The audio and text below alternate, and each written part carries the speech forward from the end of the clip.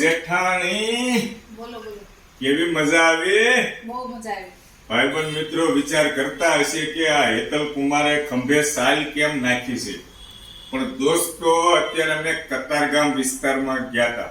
કતારગામ વિસ્તારની અંદર અંબિકાનગર સોસાયટી, અનાથ આશ્રમ કતારગામ છે ને, ત્યાં બાજુમાં અંબિકાનગર સોસાયટી આવી. ત્યાં દર વર્ષે આનંદ મેળાનું ભવ્ય આયોજન હોય. સોસાયટીના બધા સભ્યો ભેગા થાય અને સરસ મજાની બધી અલગ અલગ પ્રકારની વાનગીઓ બનાવી હોય, અમે બધી ટેસ્ટ કરી, મજા આવી.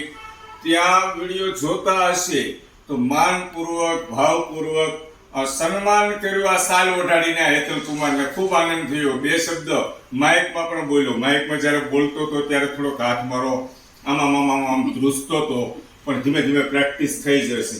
આ જેઠાણી તો કાંઈ બોલતા નતા, પછી એને ધીમે ધીમે થોડુંક બોલાવડાવ્યા અને મને સાલ ઓઢીને સન્માન કર્યું. એ બદલ ખૂબ ખૂબ આભાર અંબિકાનગર સોસાયટીનો.